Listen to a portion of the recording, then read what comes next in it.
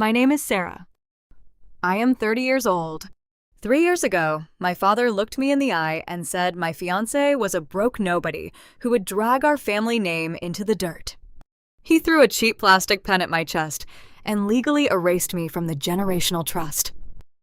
I walked out of his Savannah vacation home with nothing but my pride. My older sister Victoria stood on the porch and watched me leave.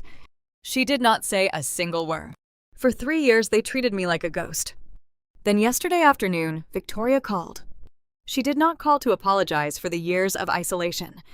She called to demand I liquidate my entire airline retirement fund to save the very man who disowned me. Before I take you into that diner to show you exactly how I handled her demand, take a second to like this video, subscribe to Silent Vengeance Stories, and drop a comment telling me your age and where you are watching from right now. The air conditioning inside the Buckhead Diner ran high enough to chill my bones. Victoria sat across from me in a pristine white linen sundress. She did not bother asking how my flights went this week. She did not ask about my health or my marriage. She simply reached into her designer handbag and pushed a thick stack of financial liquidation forms across the Formica table. The ice clinked against her crystal tea glass as she tapped her manicured fingernail against the primary signature line. Her voice held the steady, sharp tone of a woman accustomed to blind obedience. She informed me that our father's regional logistics empire was days away from insolvency. The freight vendors were halting all shipments due to unpaid invoices. She leaned across the table and stated that true Southern loyalty required personal sacrifice. She expected me to drain my 401k to cover his missed payroll. I stared at the stark black ink on the documents, feeling the familiar toxic gravity of my family trying to pull me back into their orbit. My mind drifted back to the pickup curb at Hartsfield-Jackson Airport just a few hours earlier. The Georgia summer heat radiated off the concrete as I dragged my rolling suitcase out of the domestic terminal. Liam pulled up to the curb in his 1969 Ford F-100 Toy. It is a meticulously restored vintage machine. To anyone who understands automotive engineering, that truck is a coveted masterpiece. But to my superficial brand-obsessed family, it was just old redneck trash. Liam stepped out of the cab to lift my heavy luggage. His hands bore the thick, rough calluses of a man who spends his weekends hanging drywall and restoring distressed properties to decompress. To me, those hands represented quiet stability and genuine, unpretentious labor. But to my sister sitting across the diner booth, those calluses were weapons. She used them to justify her disdain. She sneered at the thought of my modest life, telling me I chose a scrub who could not even afford a luxury sedan. She claimed my husband brainwashed me into accepting a mediocre existence, and now it was time for me to pay my financial dues to the family that actually mattered. The sheer entitlement radiating from her side of the booth was suffocating. She wanted me to bankrupt my own future, to bandage the bruised ego of a patriarch who threw me away like expired cargo. The ice in her glass settled. She crossed her arms, waiting for me to pick up the pen and do exactly what I was told.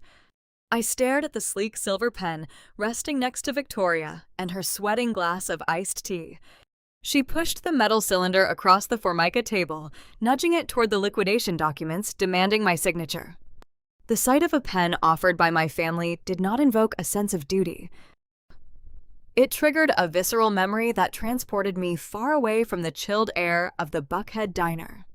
To understand how my father reached a point where he would willingly discard his own daughter over a vintage truck and a modest lifestyle, you have to dig past the tailored suits and the corporate titles.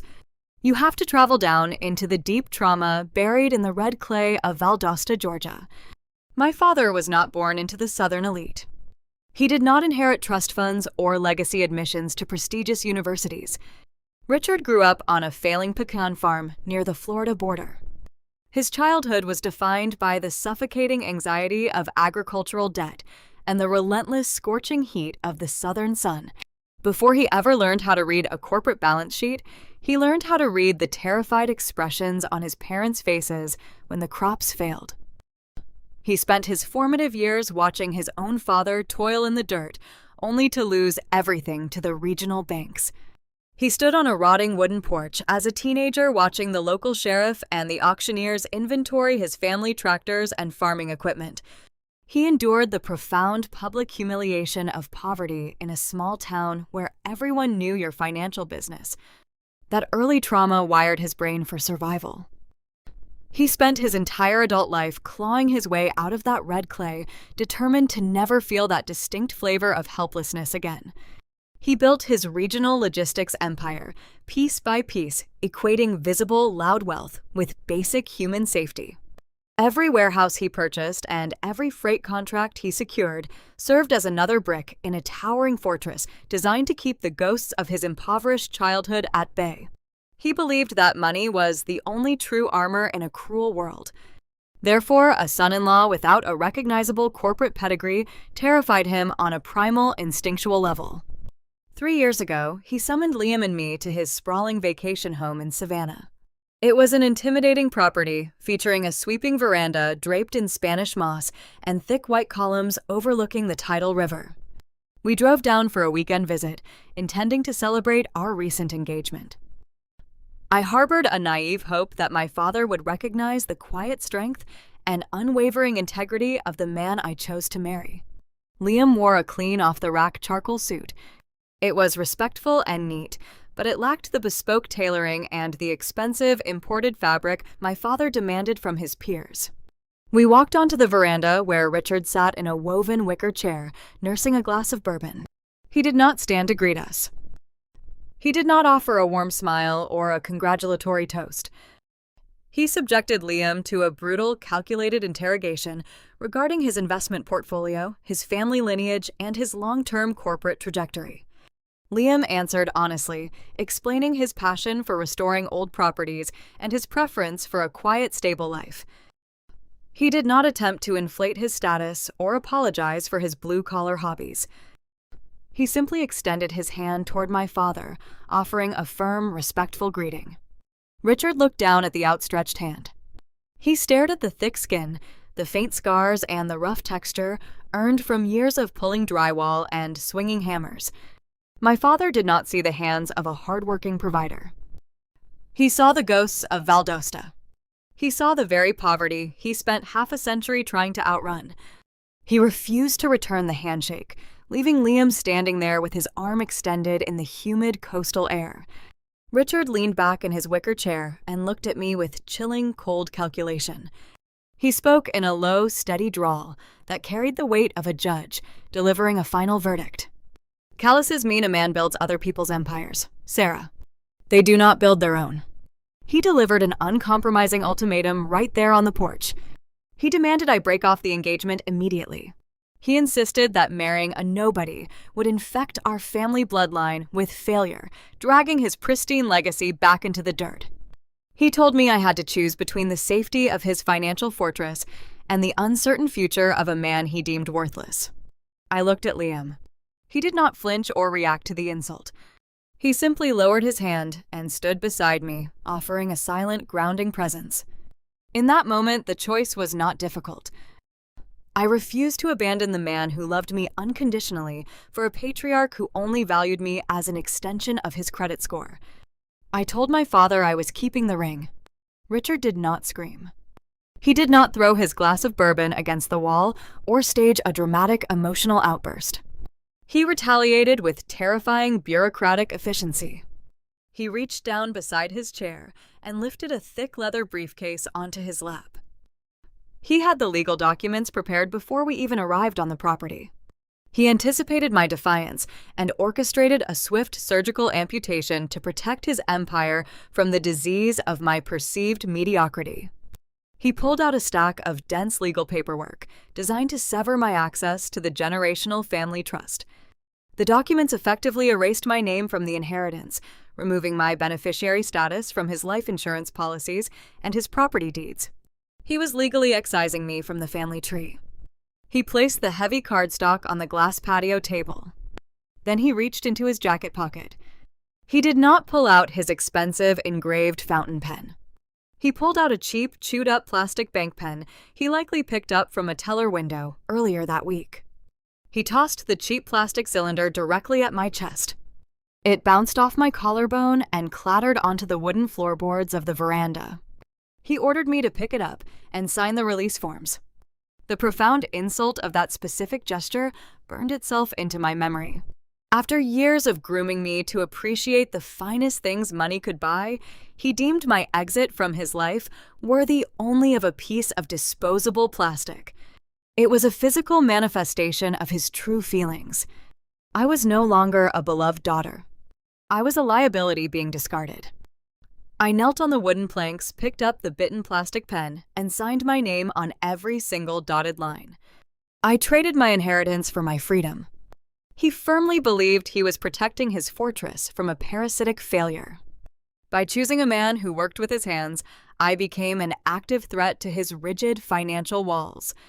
He traded his youngest daughter for the illusion of permanent security. My sister Victoria stood silently near the doorway of the Savannah house, watching the entire execution without shedding a single tear. She watched me pack my bags and walk down the long gravel driveway, holding Liam's hand, leaving the empire behind. Now, 3 years later, the memories faded as the chill of the Buckhead diner pulled me back to the present moment. Victoria sat across from me in the diner booth, tapping her manicured finger against the liquidation forms. The irony was suffocating. The same family that threw a cheap plastic pen at my chest to banish me from their wealth was now offering me a sleek silver pen to drain my own modest savings to rescue them.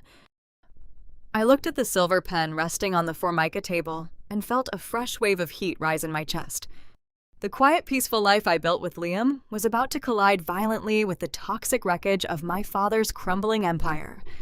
The sleek silver pen sat between us on the table, reflecting the harsh fluorescent overhead lights of the Buckhead diner. Victoria waited for me to break, holding her breath in the heavily air-conditioned chill of the restaurant. She watched my eyes dart across the liquidation forms, expecting me to surrender my airline retirement fund just to earn a fleeting moment of her approval. The silence in our booth was thick and suffocating. Before I could even formulate the words to reject her outrageous demand, the heavy glass front doors of the diner swung open. A sudden rush of thick, humid summer air washed over the dining room, carrying the faint smell of exhaust fumes from Peachtree Road. I looked up and saw the slow, dragging footsteps of my father. I instinctively braced myself for the booming, authoritative presence that had dominated every room during my entire childhood. I expected the rigid patriarch who banished me on that Savannah porch to march over to our booth and demand my immediate obedience. Instead, the man who approached our table looked like a hollowed-out ghost of Richard. The chronic stress of the impending bankruptcy had eaten away at his imposing frame. Leaving behind a fragile shell, he wore a traditional striped seersucker suit, a staple of his wealthy Southern wardrobe, but the expensive fabric hung loosely off his shoulders. The material pulled awkwardly at his wrists, and his collar seemed 2 sizes too large for his thinning neck. The confident, arrogant swagger was entirely gone, replaced by a slight, desperate shuffle that made him look a decade older than he actually was. His skin carried a sickly, pale hue, resembling the color of old parchment. He slid into the vinyl booth next to Victoria, exhaling a long, ragged breath that sounded like a dry, painful cough. He did not offer a greeting. He did not acknowledge the 3 years of bitter estrangement or ask how I had been surviving since he legally cut me out of the family tree. He merely glanced at the retirement liquidation forms Victoria had arranged on the Formica table and waved them away with a sharp, dismissive flick of his wrist. He told her a drained flight attendant fund would not even cover a fraction of the financial bleeding. The crisis was far deeper and more catastrophic than a single missed payroll. He looked directly at me, and the raw, unfiltered panic in his expression was startling. His vast logistics empire was drowning in a sea of unpaid invoices and defaulting contracts. The major freight vendors were halting all shipments, pulling their drivers off the regional routes, without trucks moving cargo. His entire corporate infrastructure was days away from a total, unrecoverable collapse. He reached into his leather breast pocket and pulled out a separate stack of folded documents. He did not throw these papers at me, The way he threw that cheap plastic pen 3 years ago. He handled them with a fragile, trembling care, as if they were made of glass. He slid a commercial bridge loan application across the table, placing it directly in front of me. The terms printed in bold black ink at the top of the page indicated a predatory double-digit interest rate. It was a desperate, reckless financial maneuver designed to inject a quick burst of liquid capital to keep the freight trucks running for just one more week.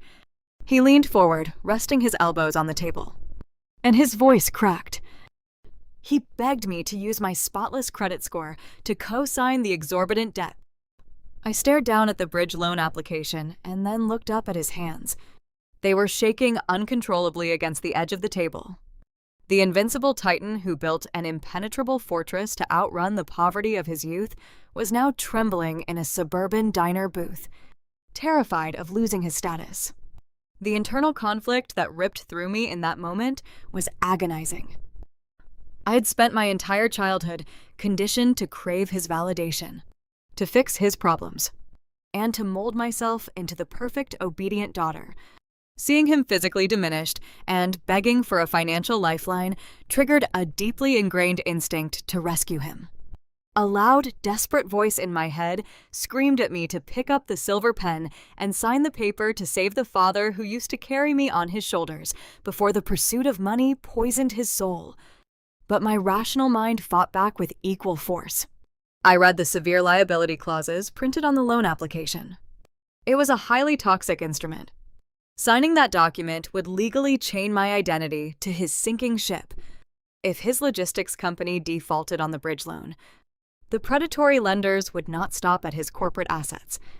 They would come after my personal finances. They would drain my modest savings accounts, seize the quiet townhouse I shared with Liam, and annihilate the peaceful, stable life we had painstakingly built together. I would be sacrificing my husband, my home, and my entire future just to buy my father a few more days of corporate oxygen. I wanted to deliver a perfect cinematic speech of empowerment. I wanted to calmly dissect his hypocrisy, stand up with dignified grace, and walk out of the diner holding my head high. But human grief rarely follows a neat script, and emotional wounds do not heal cleanly. The crushing weight of his toxic request, combined with 3 years of silent rejection, shattered my emotional defenses.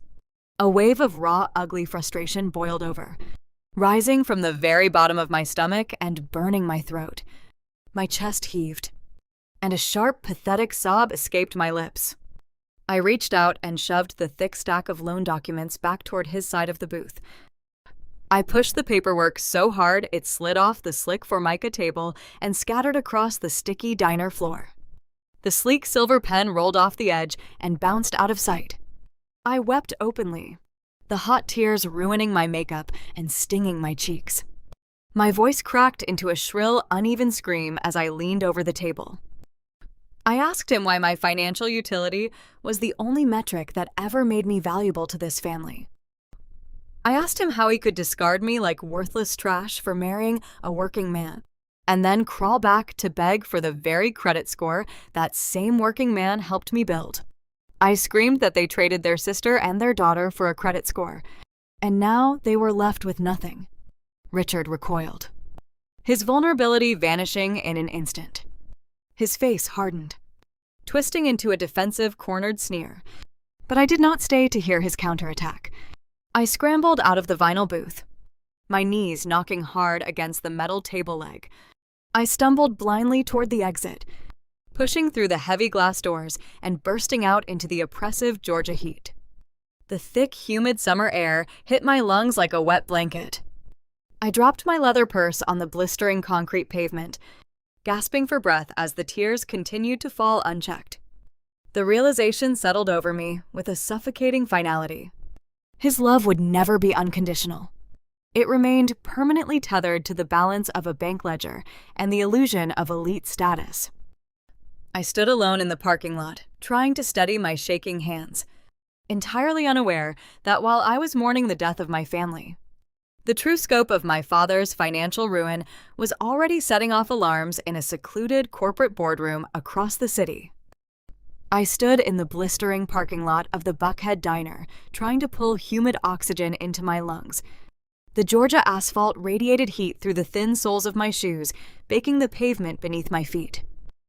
I dropped my purse onto the concrete and pressed my palms against my face, feeling the hot, sticky residue of my own tears. While I was weeping over the death of my family dynamic and struggling to process my father's toxic request, the actual mathematics of his ruin were already being dissected in a secluded corporate boardroom across the city.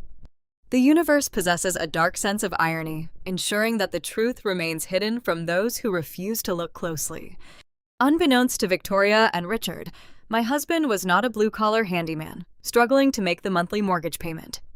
Liam was an operating partner at a highly secretive boutique restructuring firm located in a towering glass high-rise in downtown Atlanta. His company operated as a private syndicate, intentionally masking its principal partners behind intricate webs of holding companies and anonymous limited liability corporations to avoid public scrutiny. The men and women who worked in that building did not seek magazine covers or social media fame. They sought leverage and they wielded influence with terrifying precision. 3 years ago, when my father demanded I return the engagement ring on that moss-draped Savannah porch, we made a deliberate, quiet choice. We intentionally allowed my family to believe the broke narrative. It served as a vital litmus test for their character, a test they failed with breathtaking speed. We let them judge the calluses on his hands, the vintage truck in the driveway, and our modest townhouse. We gave them the opportunity to value human integrity over material accumulation, and they responded by erasing me from the family tree. His formidable intellect had always been hidden in plain sight, waiting for anyone curious enough to notice. I remembered a specific morning early in our marriage when Victoria dropped by our home unannounced, demanding a favor. Liam sat at the kitchen island drinking dark roast coffee while carefully reviewing a dense 200-page financial prospectus.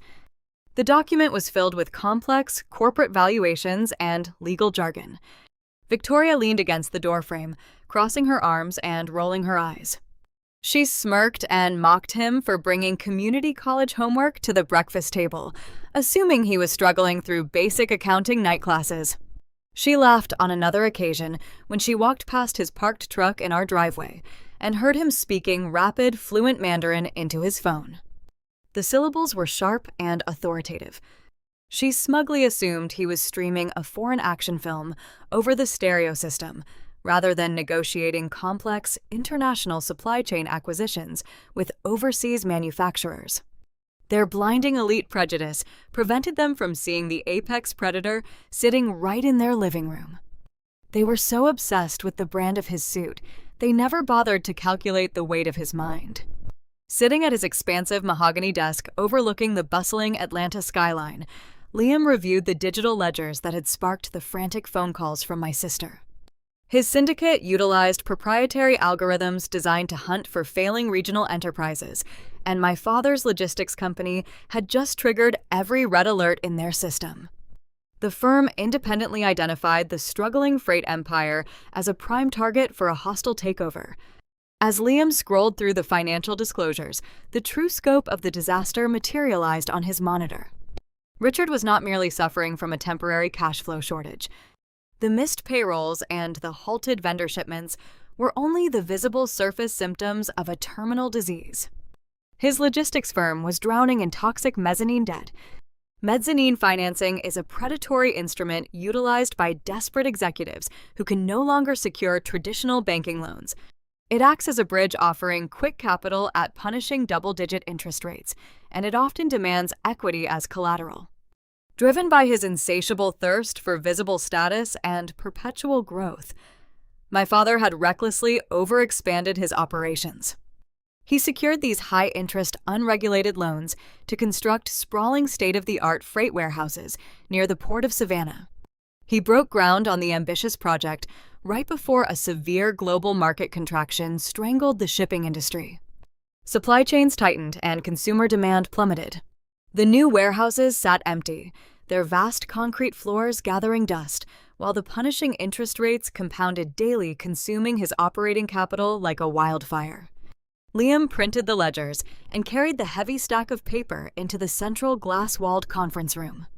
The senior partners of his syndicate were already gathered around the polished stone table, sharpening their proverbial knives.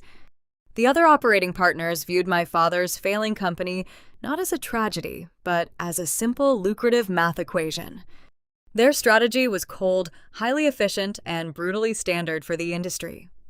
The lead partner stood at the head of the table, outlining the execution plan. They intended to acquire the distressed debt from the mezzanine lenders, force the logistics firm into immediate bankruptcy, and gut the remaining physical assets. The board planned to terminate all remaining employees, strip the valuable freight contracts, and sell off the newly built Savannah properties for raw scrap metal and land value. It was a textbook corporate execution designed to yield maximum profit with minimum operational risk. They would dissect the empire and sell the organs to the highest bidder. Liam sat in his high-backed leather chair, listening to the partners outline the liquidation timeline. He understood the undeniable financial logic of their proposal. A standard bankruptcy would require far less capital output from the syndicate and generate a much faster return on investment. The numbers on the projection screen supported the ruthless strategy flawlessly. However, Liam also understood the devastating human cost of that specific math. If the syndicate executed a ruthless liquidation, my father would be stripped of everything. Richard would lose his legacy, his properties, and his remaining personal wealth, leaving him entirely destitute in his twilight years. The man who spent half a century clawing his way out of the Valdosta red clay would be thrown right back into the dirt. Liam held no affection for the man who refused to shake his hand. He felt zero obligation to rescue the patriarch who banished his own daughter. He knew Richard deserved the ruin he engineered, but Liam knew the emotional toll a total financial collapse would exact on me. He knew I was the type of person who would carry the lingering guilt of watching my father descend into true poverty, even after everything he had done to break my heart. He refused to let me bear that suffocating burden. To prevent the liquidation, Liam had to formulate a highly dangerous alternative on the spot. He realized he needed to pivot the board away from a simple asset strip and propose a full restructuring buyout instead.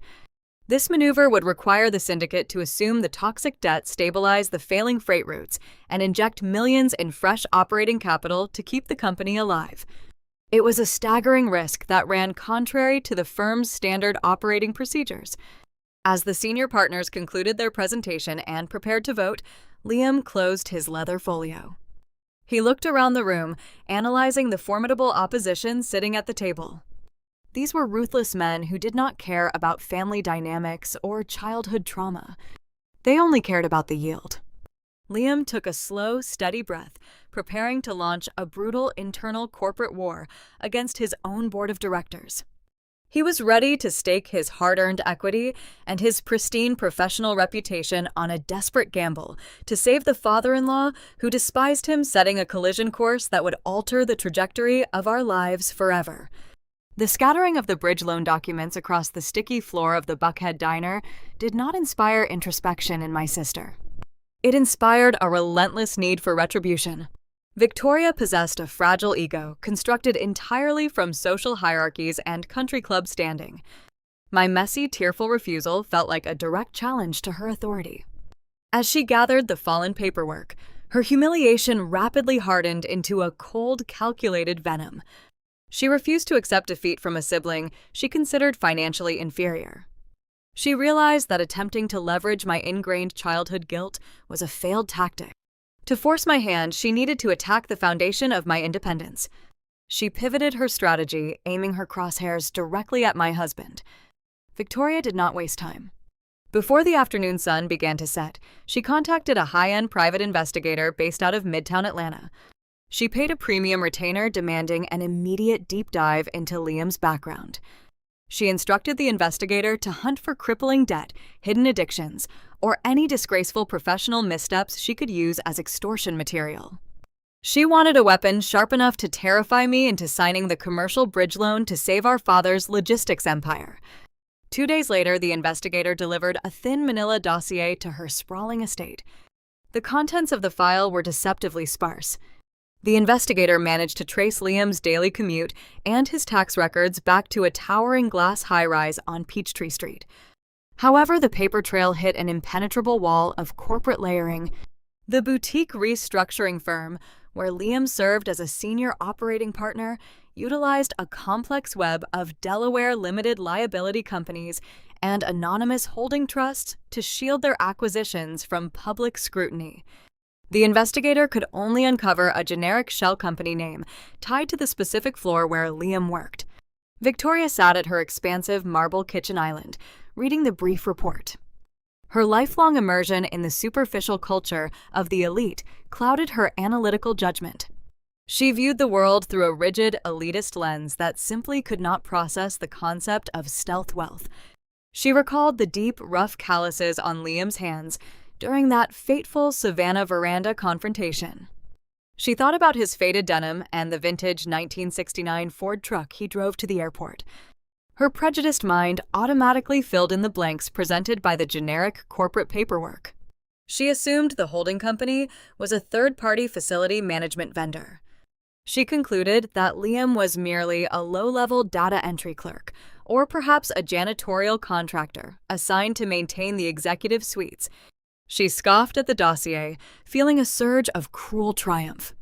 She firmly believed the man I abandoned my inheritance for was scraping by on an hourly wage. Armed with this flawed assumption, she decided to threaten his fragile employment to bring me to my knees. Victoria drafted a highly detailed formal complaint and routed it directly to the Human Resources and Compliance Board of the LLC listed in the dossier. She utilized corporate buzzwords she picked up from her own husband's real estate dealings. She falsely alleged that Liam was a rogue employee stealing confidential insider information regarding her father's logistics company. She claimed he was attempting to sell proprietary freight ledgers to regional competitors to enrich himself. She hit send on the email, expecting a swift, terrifying reprimand.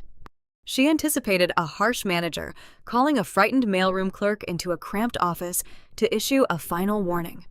She thought the threat of losing a minimum wage paycheck would be enough to send Liam begging me to sign the bridge loan, just to appease her. She had no idea she was tossing a lit match into a powder keg. In the highly regulated ecosystem of high-finance corporate complaints involving insider trading are never treated as minor internal disputes. They are handled with lethal, uncompromising speed. The United States Securities and Exchange Commission mandates zero-tolerance protocols for any hint of data theft within private equity syndicates. When Victoria's fabricated email landed in the inbox of the compliance director, it triggered an immediate categorical lockdown. Liam was sitting in the central glass-walled conference room, finalizing the aggressive restructuring models for my father's buyout, when his desk phone blinked. The compliance director requested his presence in the secure legal wing of the building. The protocol was rigid and entirely devoid of emotion.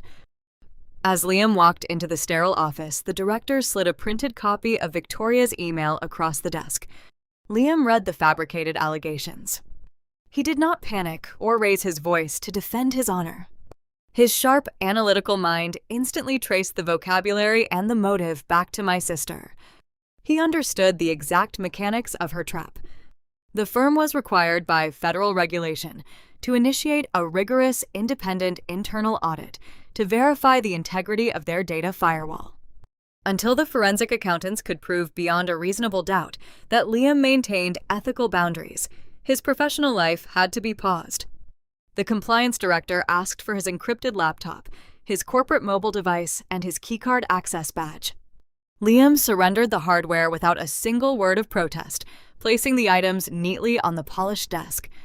Two silent security contractors appeared in the doorway, waiting to perform their mandated duties. They flanked Liam and escorted him out of the legal wing, down the elevator bank, and through the grand marble lobby of the high-rise. He walked out into the glaring Atlanta sunlight, a senior operating partner effectively exiled from his own kingdom. The firm placed an immediate hard freeze on his access, paralyzing his ability to communicate with his board or execute the impending takeover. This corporate suspension served as a brilliant unintended red herring. Word of the sudden security escort traveled fast. By early evening, the distorted echoes of the event reached Victoria. She assumed her email had resulted in a permanent, humiliating termination. She poured herself a drink, feeling the intoxicating rush of total victory. I was standing at the kitchen sink of our quiet townhouse, washing vegetables for dinner, when my cell phone vibrated against the granite countertop. The caller identification displayed Victoria's number. I hesitated recalling the ugly confrontation at the diner, but a lingering sense of dread compelled me to answer. I tapped the screen and placed the device on speakerphone. The crisp sound of ice clinking against crystal filled my kitchen. Victoria's voice drifted through the speaker, dripping with a slow, cruel satisfaction. She did not bother with pleasantries. She asked how my evening was going and then immediately delivered her manufactured kill shot. She told me my scrub husband was out of a job. She recounted the tale of his sudden termination, embellishing the details to maximize the humiliation.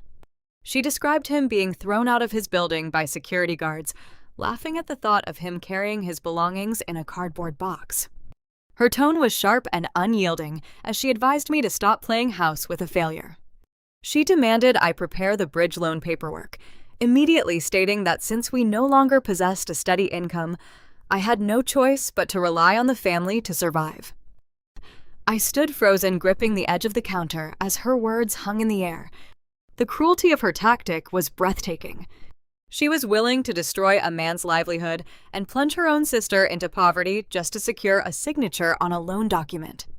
She told me to call her back when I was ready to be a responsible member of the family again, and then she ended the call, leaving a hollow dial tone echoing in the kitchen. Victoria sat in her luxurious Buckhead estate, taking another sip of her iced drink, firmly believing she had won the war. She assumed she had dismantled my independence and secured the financial lifeline required to save our father's failing empire.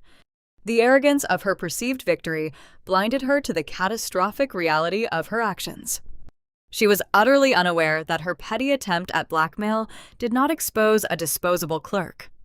By triggering the compliance lockdown, she successfully paralyzed the senior principal, who was actively engineering the only viable corporate rescue capable of keeping Richard out of bankruptcy. She thought she was cutting off my oxygen, but she actually severed her own father's life support. Her desperate elitist maneuvering made her dangerously complacent, setting the perfect stage for a ruinous fall. She poured another drink, celebrating a triumph that was actively sealing her family's doom. The corporate compliance lockdown did not drag on for the grueling weeks my sister envisioned when she drafted her fabricated email. In the upper echelons of corporate restructuring, time is the most expensive commodity available. The internal audit concluded in a rapid 72-hour bureaucratic sprint. Liam did not spend those 3 days pacing the hardwood floors of our townhouse or crafting panicked defensive statements to save his career. He treated the sudden suspension as a forced weekend holiday. He spent his mornings methodically restoring the engine of his vintage Ford in our garage, wiping grease from his hands with a calm, steady rhythm. He knew his digital footprint was immaculate. His formal legal disclosures and precise paper trails proved his ethical boundaries beyond any shadow of a doubt. The compliance director reviewed the encrypted communication logs and found zero evidence supporting the vindictive insider trading claims. The lockdown lifted as swiftly as it fell. On Thursday morning, his corporate phone chimed, restoring his full administrative access.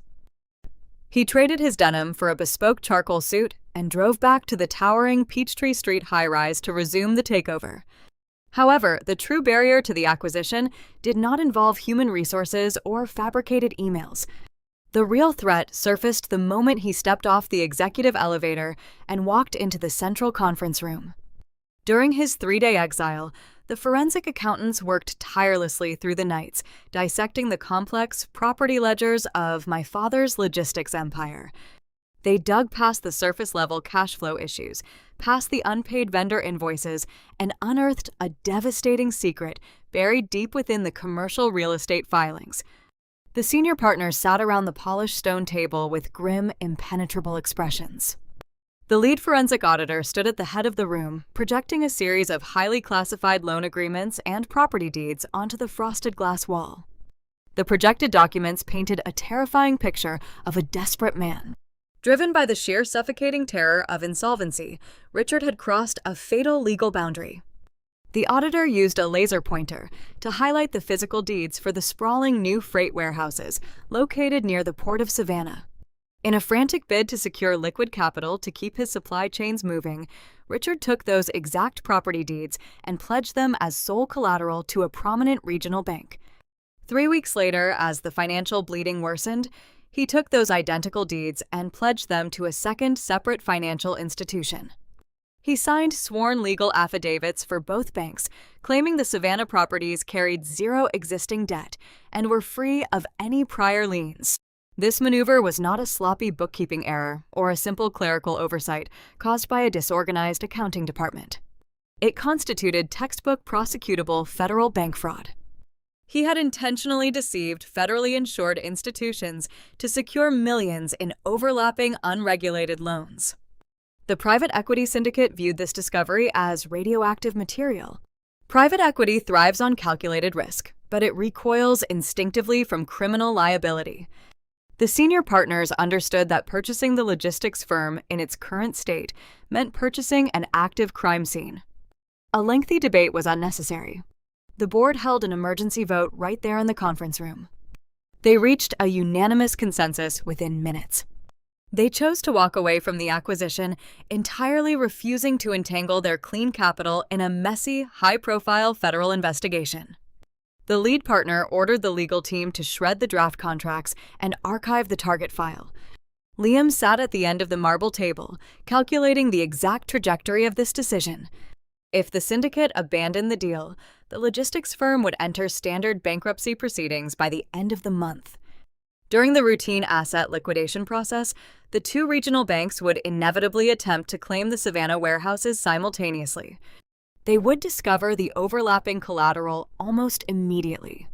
The regional banks would alert federal regulators, triggering a swift and unforgiving criminal indictment. Richard was no longer facing simple financial ruin or a quiet retirement in a downsized home. He was facing a mandatory prison sentence. The proud Southern patriarch who prized his pristine social standing above his own bloodline was weeks away from standing before a federal judge in handcuffs.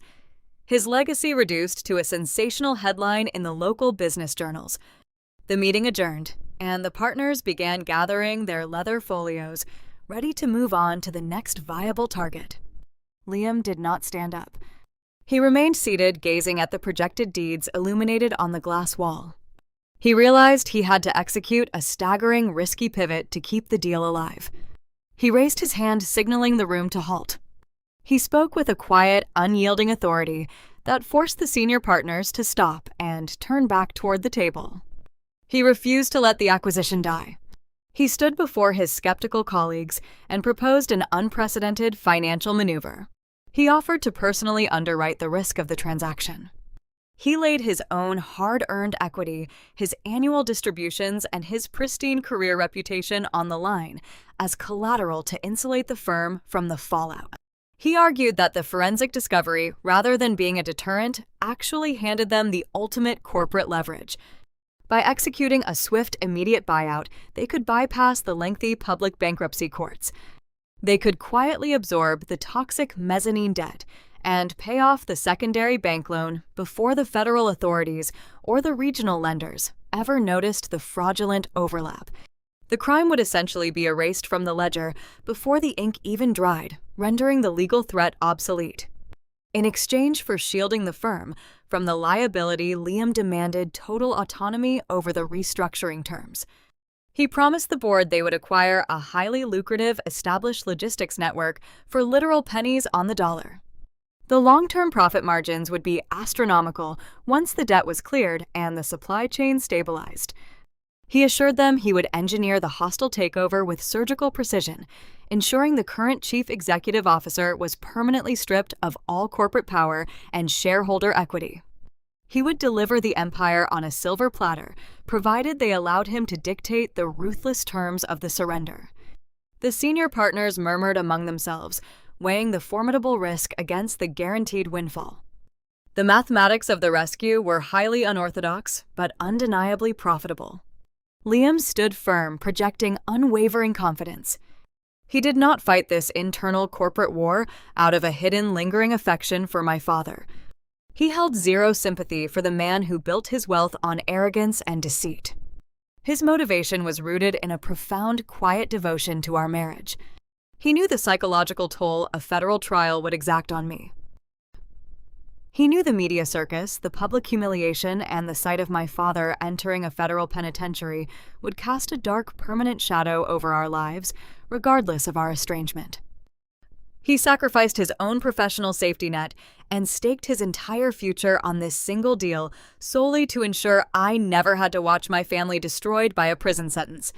He was willing to step directly into the fire to keep the smoke away from our home. The 72-hour corporate suspension and the subsequent revelation of federal bank fraud altered the atmosphere inside our townhouse. The heavy, humid Georgia summer pressed against the glass windows, but a different kind of suffocating pressure filled the interior rooms. I sat at our small wooden kitchen table long after midnight, staring at the glowing numbers on the digital stove clock. Liam had returned from the Peachtree Street high-rise and quietly explained the staggering gamble he initiated in the boardroom. He laid his entire personal equity and his pristine professional reputation on the line to absorb my father's illegal debts. He willingly tethered his hard-earned career to a sinking ship, solely to prevent my family from facing a federal judge. The sheer magnitude of his sacrifice hit my chest like a physical blow. A toxic wave of guilt washed over me. I spent 3 years building a quiet, independent existence away from the elite coastal enclaves of my youth, only to watch the wreckage of my past crash directly into my husband's livelihood. My father's vindictive, illegal swamp had breached our safe haven, threatening the very foundation we worked so hard to establish. I imagined Liam losing his hard-earned partnership all because my sister decided to play a vindictive game of extortion. I watched Liam stand near the sink, washing out a coffee mug with rhythmic, precise movements. He did not look like a man whose financial future hung in a precarious balance. He projected a steady calm, but my own anxiety spiked uncontrollably. I gripped the edge of the wooden table and offered a desperate, irrational solution. I told him I would contact the syndicate board of directors the following morning. I volunteered to walk into that towering glass building and humiliate myself before the senior partners. I offered to grovel to sign whatever waivers they required, and to take the full blame for the familial entanglement if it meant restoring his clean corporate record. Liam turned off the faucet and dried his hands on a cotton towel. He walked over to the table and pulled out the chair across from me. He did not raise his voice or show a flicker of frustration at my frantic proposal. He looked directly at me and delivered a firm, unyielding refusal. He told me I was never allowed to apologize for the pathology of a family I did not choose. He refused to let me carry the burden of an empire built on arrogance and deceit. He reminded me that the men running his private equity firm did not care about apologies or emotional pleas. They cared about the strict mathematics of profit and risk. He made it clear that my offering to fall on my sword would only signal weakness to a room full of apex predators. He was the senior operating partner, and he intended to handle the battlefield on his own terms. He proved his worth during those late-night hours, not through grand cinematic financial gestures, but through a methodical, unshakable resilience. He stood up from the table, retrieved his leather folio from the hallway, and returned to the kitchen island. He spread the dense restructuring contracts and the overlapping property deeds across the granite counter. He spent his evenings calmly reviewing the complex legal jargon, illuminating the pages with a small desk lamp. I sat in the dim light of the kitchen, watching him work. There was zero panic in his posture regarding his own endangered capital. He read the documents with the same focused, steady rhythm he used when restoring the engine of his vintage truck. He treated the catastrophic debt not as a terrifying monster, but as a complex, mechanical failure that simply required the right tools to repair. Watching his quiet concentration brought the stark reality of my upbringing into sharp relief. When my father faced financial adversity, he lashed out at everyone around him. Richard used his wealth as a weapon to demand blind obedience and cast away anyone who threatened his fragile ego. Liam possessed a highly lucrative portfolio, yet he treated his resources merely as functional instruments to protect the people he loved. The contrast was staggering. As I sat at the table, the full weight of the impending criminal charges against Richard pressed down on me. Despite the 3 years of bitter estrangement and the cruel insults hurled on that Savannah porch, the thought of my father standing in a federal courtroom in handcuffs caused my chest to heave. A sudden messy sob escaped my throat. The conflicting emotions tore at my rational mind. I hated the patriarch who discarded me, but I still grieved for the terrified farm boy from Valdosta. Liam heard my ragged breathing. He stopped reviewing the ledgers and put his pen down. He did not judge the chaotic, contradictory grief spilling out of me. He did not remind me that my father deserved the impending ruin. He walked over to the stove, filled a kettle with water, and turned on the burner. He moved through the familiar space of our kitchen with a grounding certainty. When the water boiled, he poured a cup of chamomile tea and brought it to the table. He pulled his chair close to mine, wrapped his calloused hand around my fingers, and held on tight. He anchored me to the present moment, preventing me from drowning in the ghosts of my past. He promised he would handle the complicated mathematics of the rescue. He assured me he was fully prepared to use his resources to surgically remove the cancer of debt from my father's life, ensuring our quiet future remained protected from their chaos. We endured the grueling tension of that week together, bound by a quiet endurance. His calm certainty became my sanctuary against the storm of the upcoming corporate takeover. He provided the exact type of unconditional, steadfast partnership my father insisted a blue-collar nobody could never deliver. He showed me that true security is never found in offshore bank accounts or sprawling coastal estates.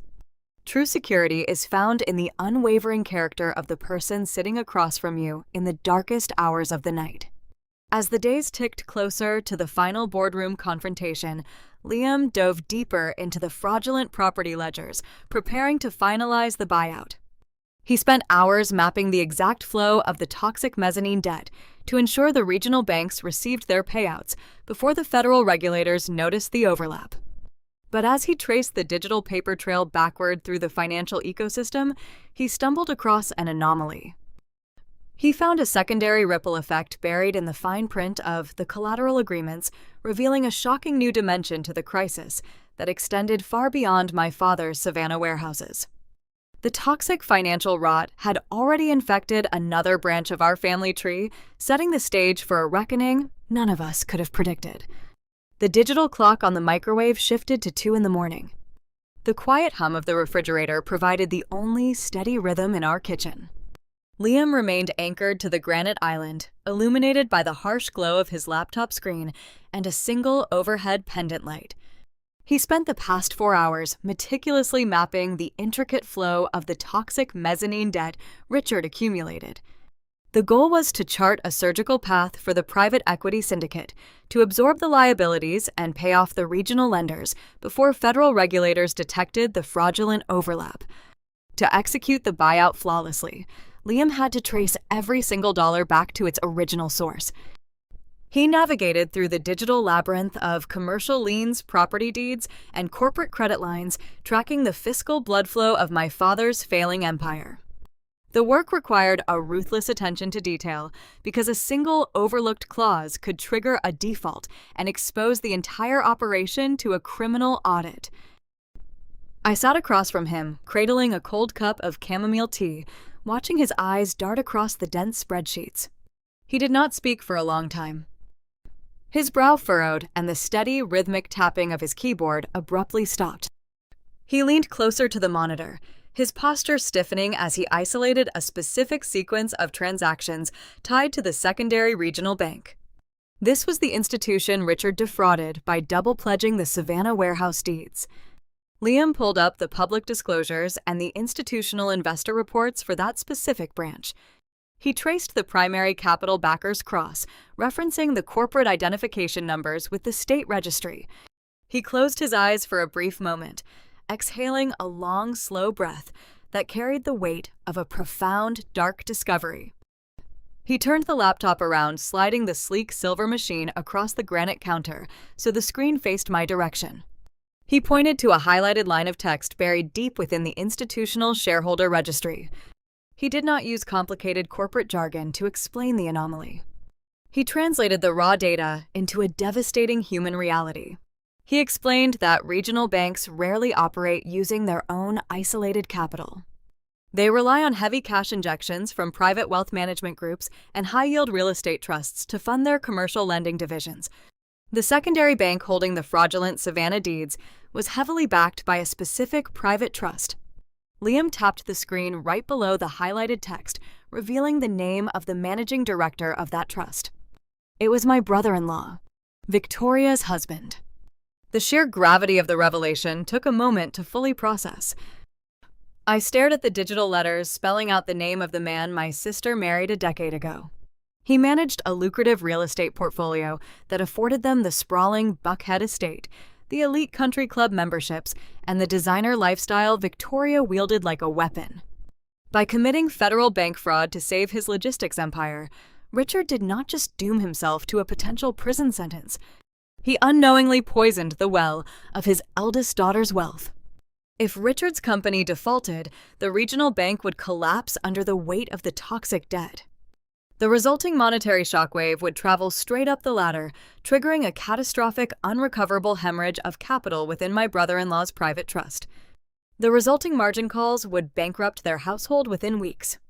The realization hit my chest with the force of a physical impact. This single piece of forensic data fundamentally reframed the entire trajectory of the past 3 years. It cast a blinding harsh light on the ambush at the diner. I thought back to the chilling air conditioning, the clinking ice in her crystal tea glass, and the pristine white linen sundress she wore. I remembered the sharp, demanding tone she used when sliding the retirement liquidation forms across the Formica table. She sat in that booth and weaponized Southern family loyalty, insisting I owed it to our father to drain my savings and rescue his legacy. She used guilt and shame, trying to manipulate my ingrained childhood desire for familial approval. But the documents glowing on Liam's laptop proved her loyalty was a beautifully crafted illusion. Victoria was not acting out of a misguided sense of devotion to the patriarch who built our family name. She was acting out of pure, suffocating self-preservation. She had somehow discovered the fraudulent overlap before the regional bank regulators found the discrepancy. She saw the impending collapse and recognized that her own husband's trust was standing directly in the path of the destruction. She knew that if her husband found out his father-in-law had defrauded his primary lending institution, their marriage and their pristine social standing would evaporate overnight. She was desperately scrambling to plug the deep fiscal hole in secret. She needed a rapid injection of untraceable liquid capital to cover the immediate shortfall and keep the regional bank from calling the loans. She targeted my airline retirement fund because it was the only accessible cash she could bully into submission. The depth of the betrayal left a bitter metallic taste in my mouth. My own sister was willing to strip away my entire economic safety net. She was willing to let me sacrifice the quiet, peaceful townhouse Liam and I shared. She was ready to destroy my future and plunge me into poverty solely to avoid a difficult conversation with her husband. She intended to use my life savings as a disposable bandage to hide a federal crime and protect her country club invitations. Her elite arrogance and her cruel ultimatums were nothing more than the panicked flailing of a terrified woman watching her unearned status slip through her fingers. She was secretly drowning in the exact same toxic debt she tried to force onto my shoulders. I pushed the cold teacup away from the edge of the counter. The tears that stained my cheeks earlier in the week felt incredibly foolish now. The profound grief I experienced over my father's rejection and my sister's cruelty began to evaporate. You cannot mourn the loss of a family that never truly existed. The rigid monetary fortress Richard built to escape his Valdosta trauma was rotting from the inside out. They worshipped the illusion of wealth, but their empire was constructed entirely on deceit, manipulation, and a desperate scramble to avoid public humiliation at any cost. I stood up from the kitchen stool and walked over to the window, looking out at the quiet suburban street. The moral decay of their world provided a chilling clarity. For 3 years, I operated under the assumption that I was the failure of the family. I believed my choice to marry a working man and live a modest life made me the weak link. They exiled me, treating me like a ghost, because I did not conform to their obsession with leverage. Yet here they were, trapped in a web of their own making, terrified of the very institutions they used to measure their worth. Victoria believed she held the high ground when she called to gloat about Liam's suspension. She thought her fabricated complaint had crippled our household. She had no idea her vindictive maneuver only paused the very man who held the key to her salvation. If Liam walked away from the buyout right now, the federal regulators would step in. Richard would face an indictment, and Victoria's household would face total ruin. The fate of the family that discarded me rested entirely in the calloused hands of the man they deemed worthless. I turned back to face my husband. He closed the laptop, the soft click of the metal casing echoing in the quiet room. He looked at me, waiting for my reaction. I did not feel the chaotic, messy urge to scream or cry anymore. The vulnerability I displayed at the diner was replaced by a cold, clinical resolve. I realized I was no longer the frightened younger sister seeking validation from a broken system. I held the ultimate leverage. I knew their secrets. I understood the mechanics of their impending destruction. The fear that dictated my childhood vanished, leaving behind a steady, unshakable strength. I walked back to the granite island and placed my hand over his. I told him to proceed with the restructuring models. I wanted him to engineer the buyout on his ruthless terms, stripping Richard of his corporate power to save him from a prison cell. He nodded, pulling a fresh legal pad from his folio to outline the hostile takeover sequence. But before the corporate summons could be drafted and the boardroom trap set, I knew I had a final piece of personal business to conduct. Victoria believed she held the upper hand.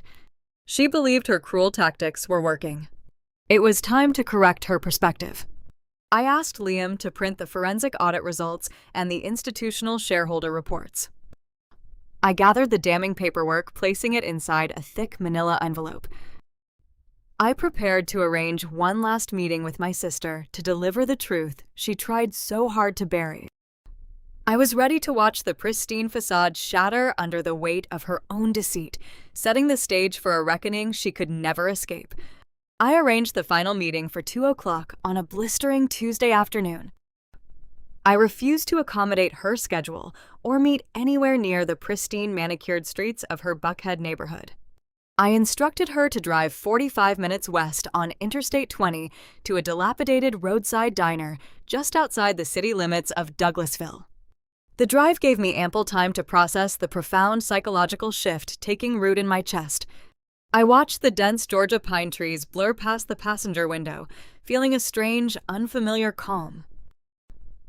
I carried a thick manila envelope resting on the seat beside me, containing the exact mathematics of her impending ruin. I deliberately chose a location coated in peeling exterior paint and flickering neon signage.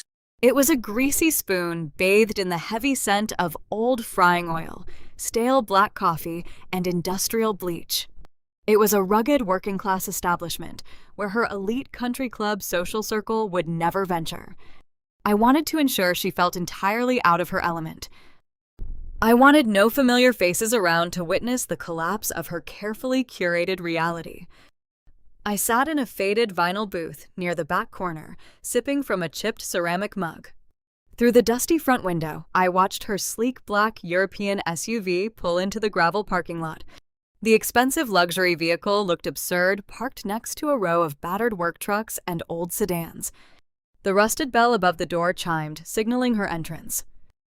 Victoria walked into the diner wearing oversized designer sunglasses and a pristine white silk blouse, visually repelling the gritty atmosphere of the room.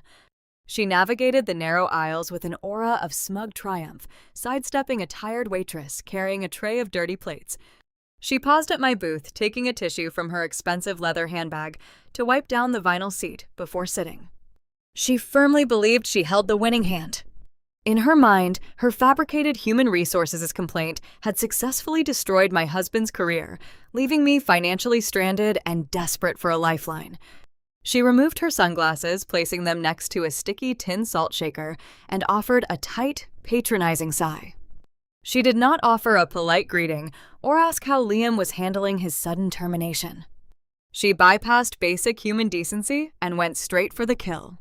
She reached into her bag and pulled out the identical commercial bridge loan application my father had begged me to sign earlier in the week. She pushed the heavy paperwork across the scratched Formica table, tapping her manicured fingernail against the primary signature line. Her tone carried a mock sympathy, delivering a condescending pity reserved for a wounded animal. She advised me to stop fighting the inevitable. She told me to sign the document so our father could save his logistics empire, and I could secure a meager family allowance to survive, my husband's professional failure. Growing up, Victoria always positioned herself as the infallible golden child. She spent her teenage years mocking my clothes, my friends, and my career choices. She aligned herself perfectly with our father's. Rigid worldview, viewing empathy as a character flaw and leverage as the only valid currency. She sat back, crossing her arms, supremely confident in her unearned superiority, waiting for my surrender. I looked down at the loan application and then looked directly into her eyes. I did not raise my voice or shed a single tear. The chaotic, messy grief that consumed me during our previous encounter was entirely gone, replaced by cold empirical data and the steady grounding Liam provided the night before. I reached into my bag and pulled out the thick manila envelope.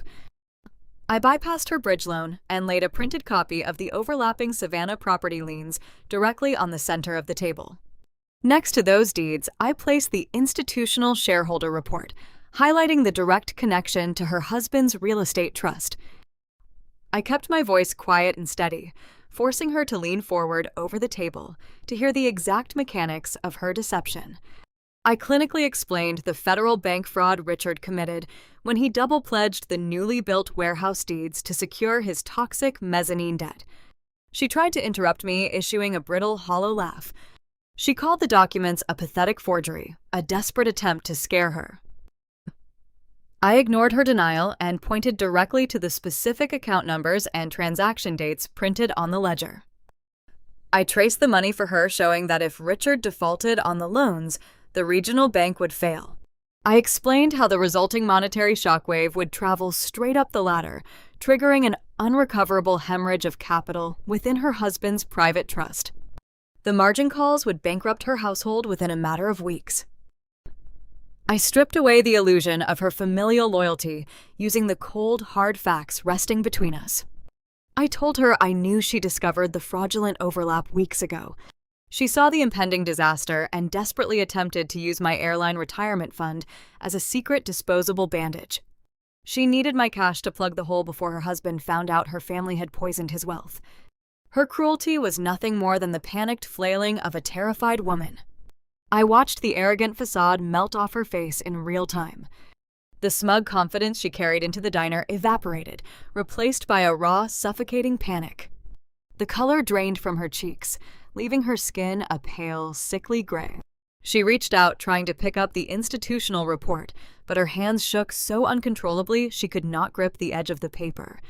The pristine, linen-clad socialite was reduced to a frightened woman trapped in a cage of her own deceit, staring at the definitive proof of her downfall.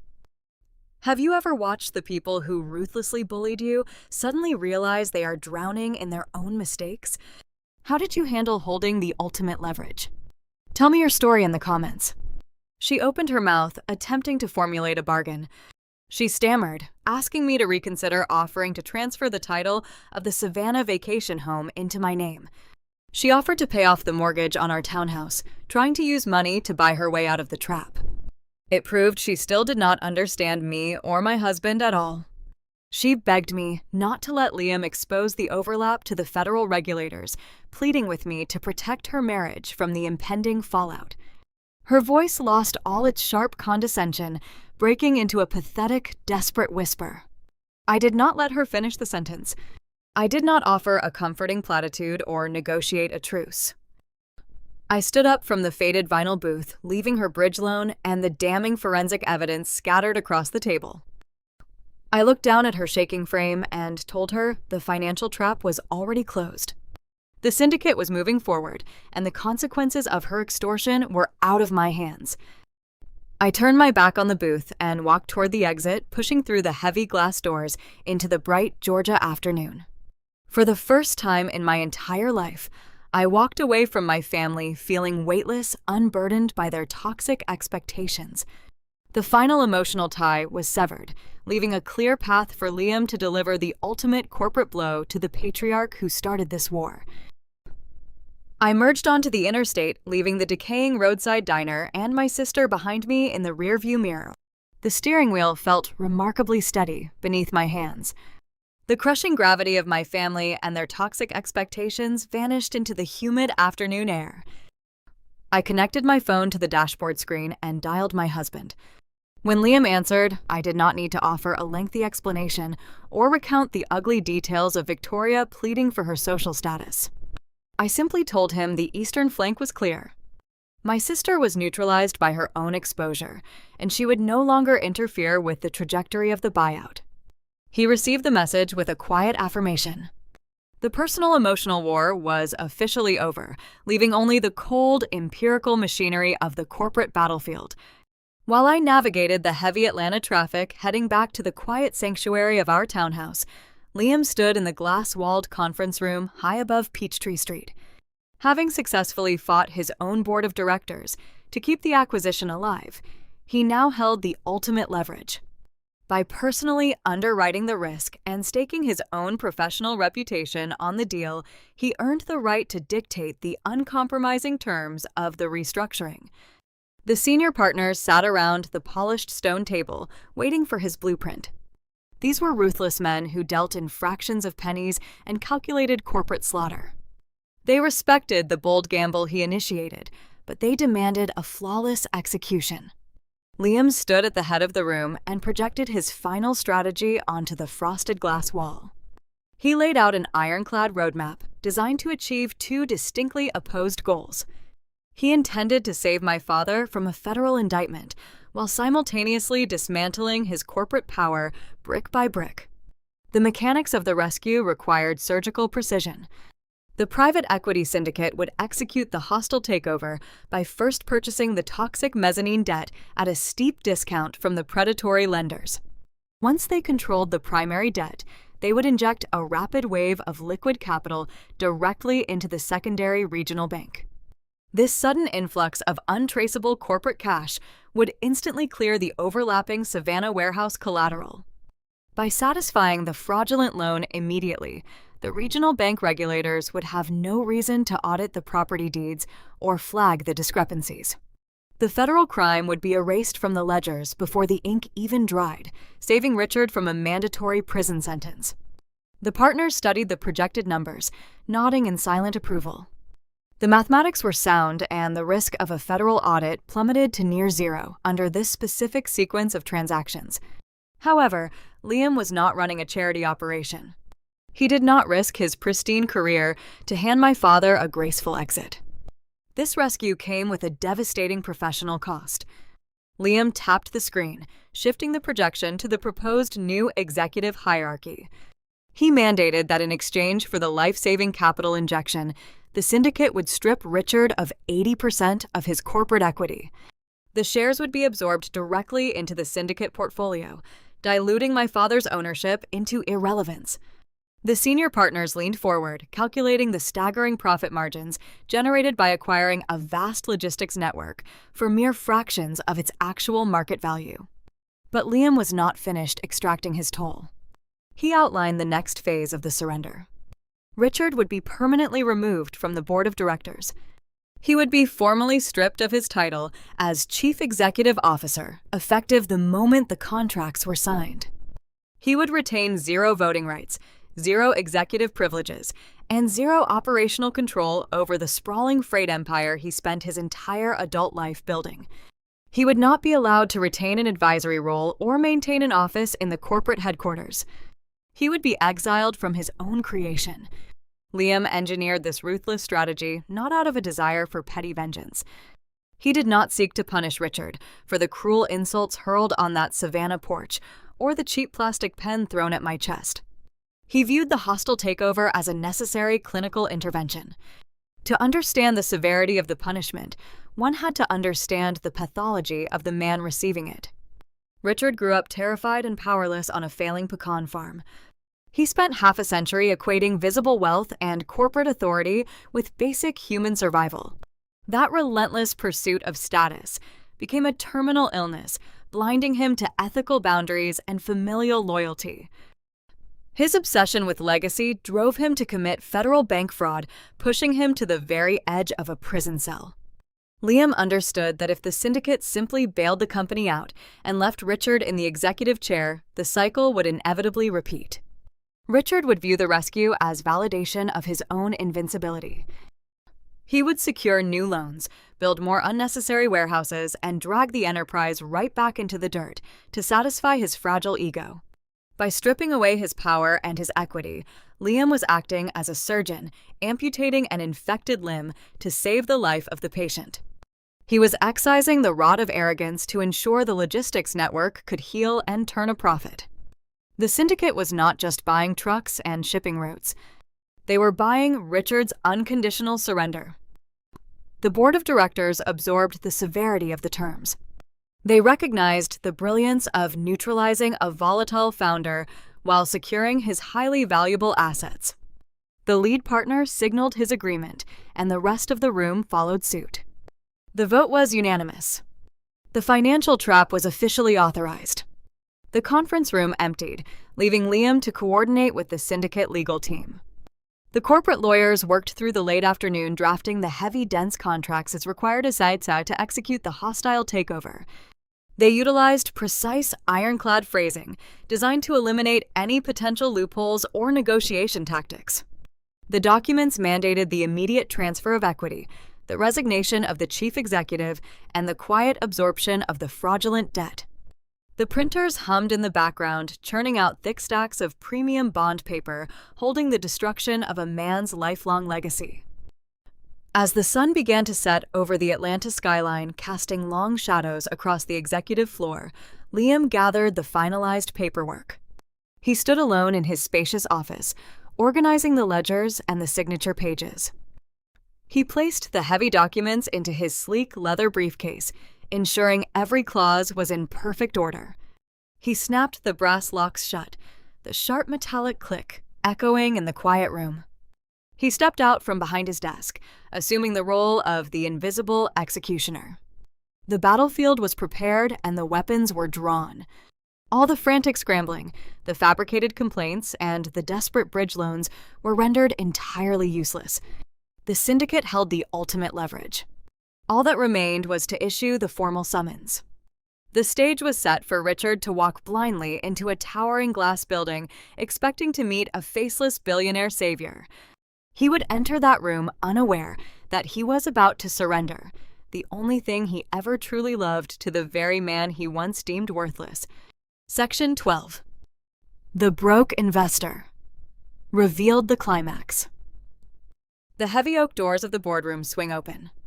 Richard steps into the expansive, sunlit room and immediately forces a desperate, ingratiating smile to greet his corporate savior.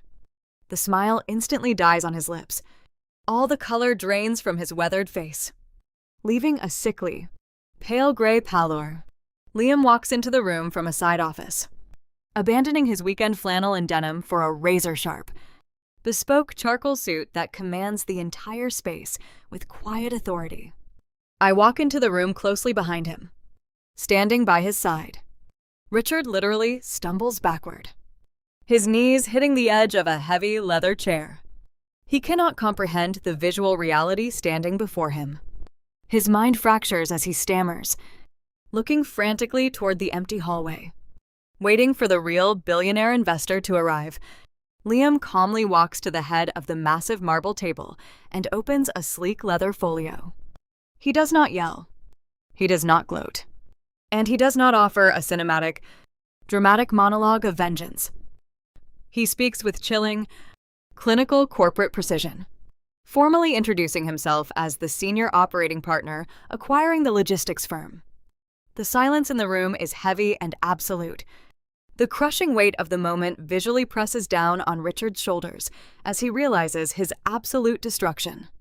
And his only hope for salvation is held securely in the hands of the scrub he disowned. The man he deemed worthless is now the judge, jury, and executioner of his entire legacy.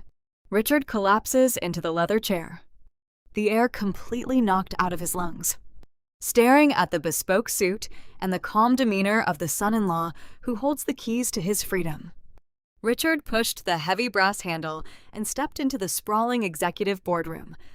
The oak door glided shut on silent hinges, sealing him inside the chamber. The room was expansive, bathed in bright natural light, filtering through floor-to-ceiling windows that overlooked the dense downtown Atlanta skyline. A massive slab of polished dark marble served as the central conference table, surrounded by sleek, high-backed leather executive chairs. Richard stepped onto the thick premium carpet and forced his shoulders back, attempting to summon a fraction of his former Southern aristocratic charm. He painted a desperate, ingratiating smile across his face, preparing to greet the anonymous corporate savior who held the power to spare him from a federal indictment. He gripped his leather briefcase tightly, expecting to see an older titan of industry, flanked by a team of high-priced attorneys, waiting to dissect his lifework. For a brief moment, he stood alone in the quiet, sunlit space. Then a frosted glass door on the far side of the room clicked open. Richard turned his head, eagerly anticipating the arrival of a man who mirrored the elite pedigree he spent his entire adult life worshipping. Instead, the person who walked out of the adjoining private office shattered his entire perception of reality. Liam did not look like the working-class carpenter Richard banished from his Savannah veranda 3 years ago. The faded denim, the worn leather work boots, and the dusty weekend flannel were entirely gone. He wore a razor-sharp, bespoke charcoal suit tailored to exact specifications. The premium wool fabric draped perfectly over his frame, projecting a quiet, unshakable authority that money cannot buy, but only true power can wear. He moved with a steady, predatory grace, radiating the calm certainty of a man who controlled every square inch of the room. I stepped out of the side office a moment later, walking closely behind my husband. I wore a simple tailored navy dress, standing firmly by his side as an equal partner in the execution of this corporate takeover. The desperate smile died on Richard's lips the instant his eyes registered our faces. It did not fade slowly. It vanished as if struck by a physical blow. The remaining color drained from his weathered face, leaving behind a sickly, pale gray pallor. His brain refused to process the visual information standing before him. The cognitive dissonance was too severe to bear. This was the man he deemed worthless, the scrub he blamed for ruining his daughter's future.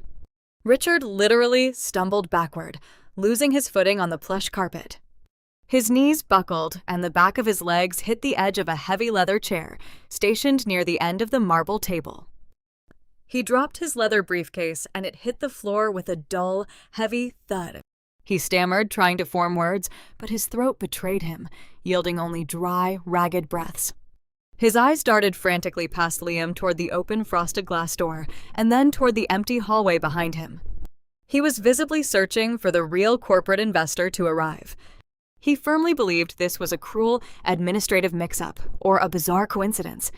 He thought Liam was perhaps a junior analyst or a legal courier fetching coffee for the senior partners. In Richard's rigid, hierarchical worldview, a man with calloused hands simply could not ascend to the top floor of a Peachtree Street high-rise. He waited for the punchline for the actual billionaire to walk in and dismiss the blue-collar intruder from the executive sanctuary. Liam did not offer a cinematic, dramatic monologue of vengeance. He did not yell or gloat over the trembling figure standing at the end of the room.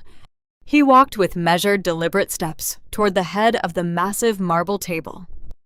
He carried a sleek leather folio, placing it gently onto the polished stone surface.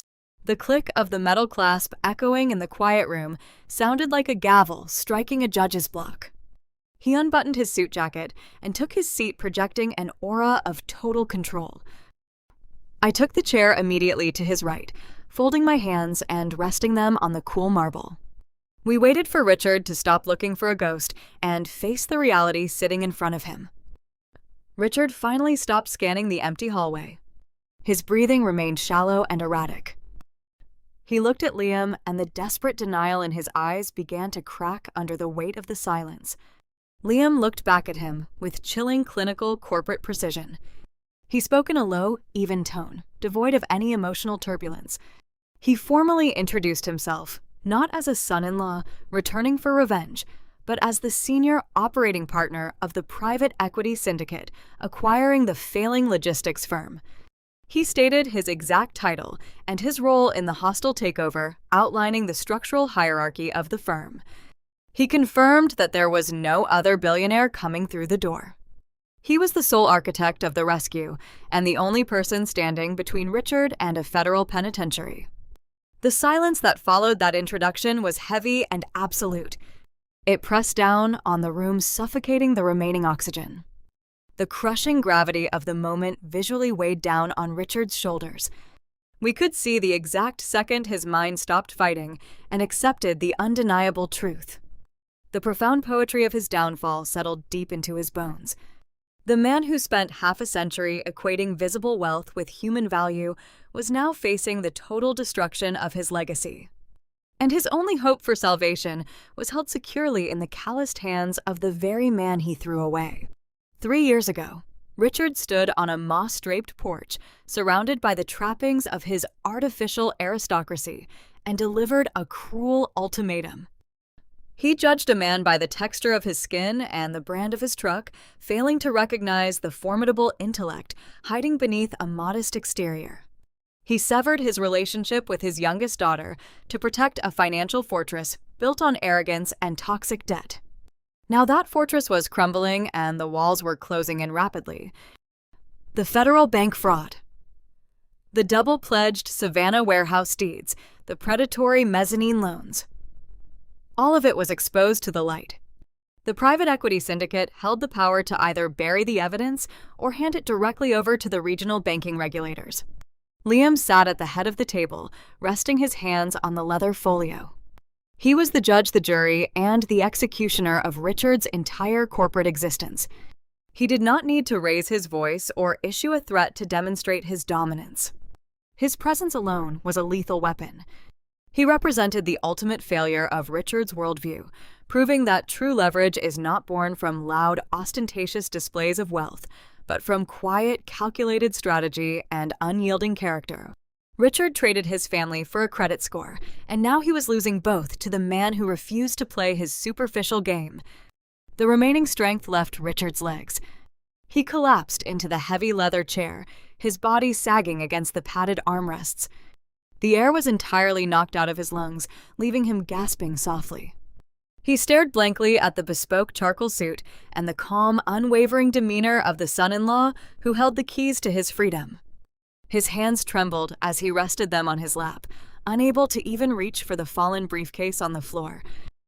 He was a broken titan, a hollow shell of the booming Southern patriarch who once demanded blind obedience from the world around him. He sat in the sunlit boardroom, waiting for the final terms of his surrender to be delivered, trapped in a prison constructed entirely from his own elitist prejudice. He could do nothing but wait for Liam to open the leather folio and reveal the exact price of his survival. Liam did not grant Richard the luxury of time to process his fractured reality. The corporate world does not pause for emotional breakdowns, and my husband operated with the clinical efficiency of a seasoned surgeon stepping into an operating theater. He opened the sleek leather folio resting on the polished marble table. From the interior compartment, he withdrew a dense 150-page buyout contract. The thick stack of premium legal paper landed on the stone surface with a heavy, definitive thud. It was a physical manifestation of a hostile takeover, meticulously drafted by top-tier corporate attorneys to eliminate any possibility of escape. Liam placed his hands flat on the table, framing the document. He looked at the trembling man slumping in the leather chair across from him. Richard was still gasping for air, his chest heaving under his tailored seersucker suit. He looked like a cornered animal waiting for the final blow. Liam did not raise his voice to deliver the strike. He spoke in a steady, unwavering tone that cut through the quiet atmosphere of the sunlit boardroom. He began to explain the brutal, non-negotiable terms of the surrender. The private equity syndicate was not stepping in as a benevolent savior. They were apex predators capitalizing on a wounded target. Liam detailed the financial realities of the acquisition.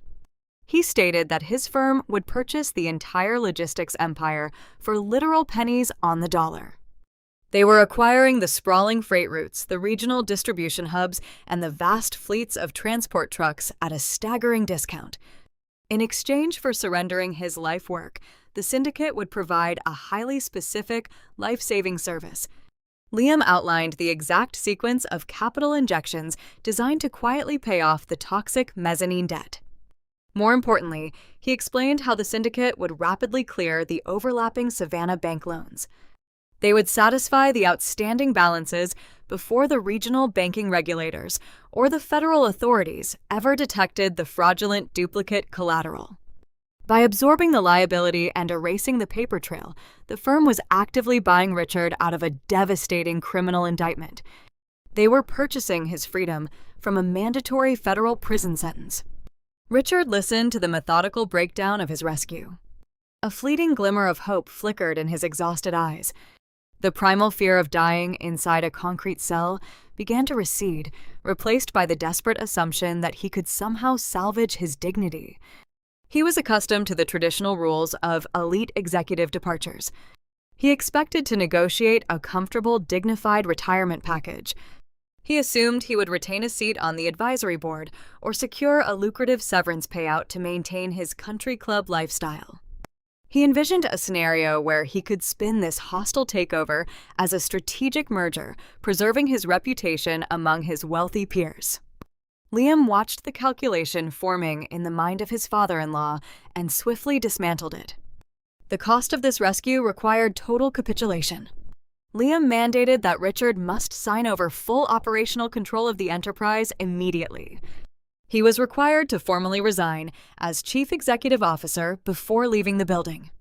Furthermore, he would forfeit all shareholder voting rights and relinquish his remaining equity stakes.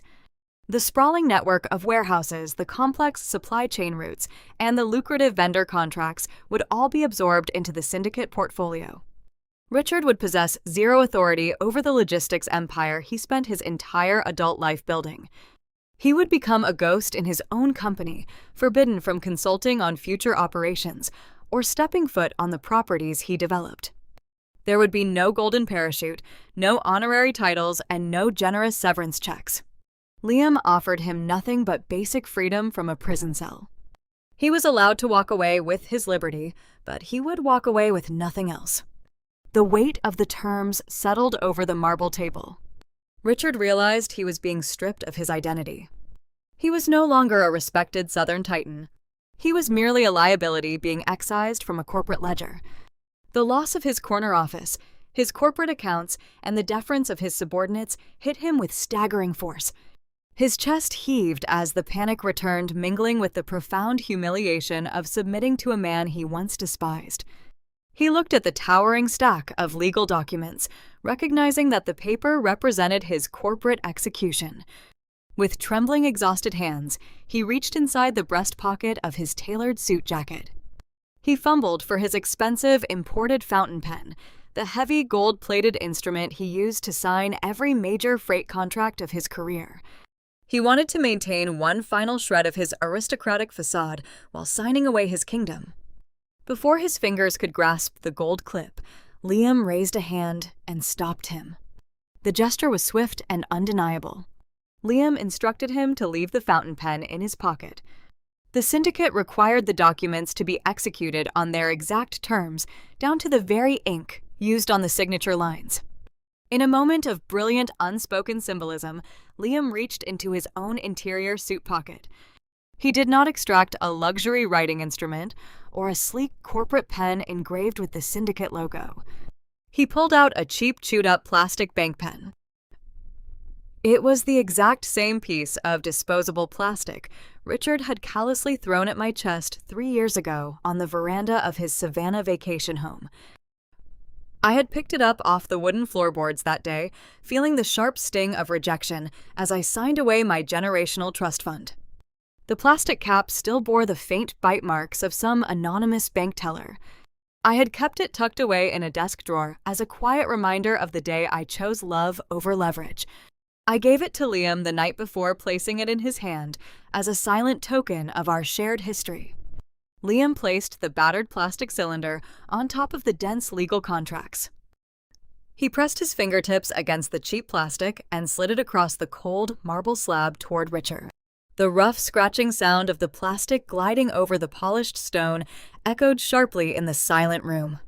It was a harsh, abrasive noise that perfectly punctuated the poetry of the transaction.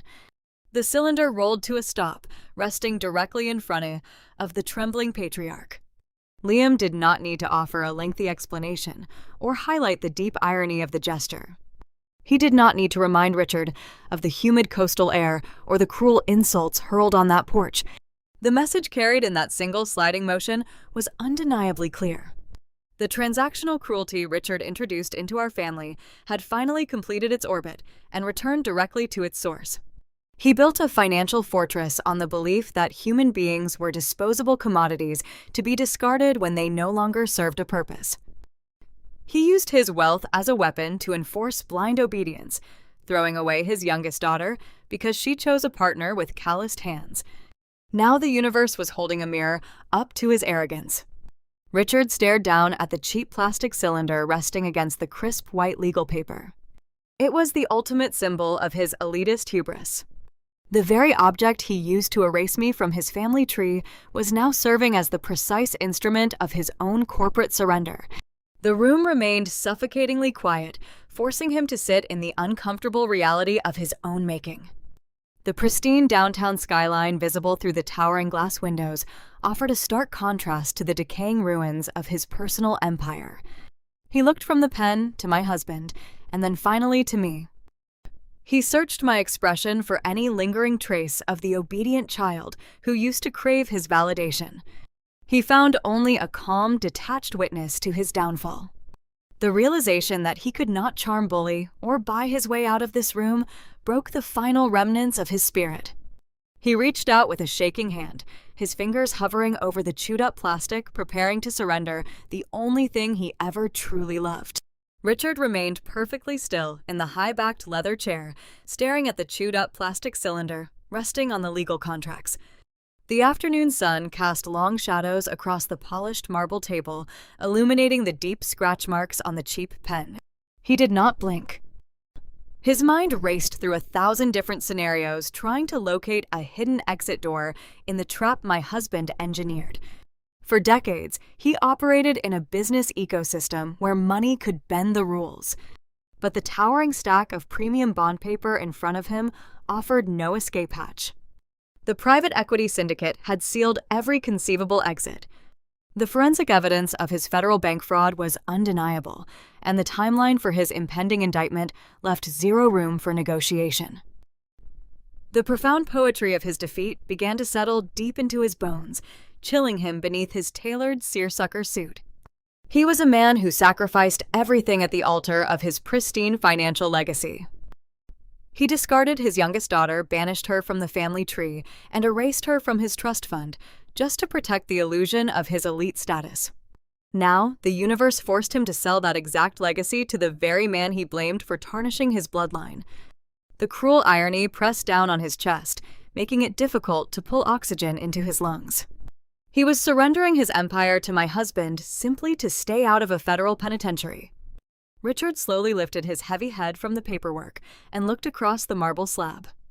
He did not look at Liam. He directed his gaze toward me.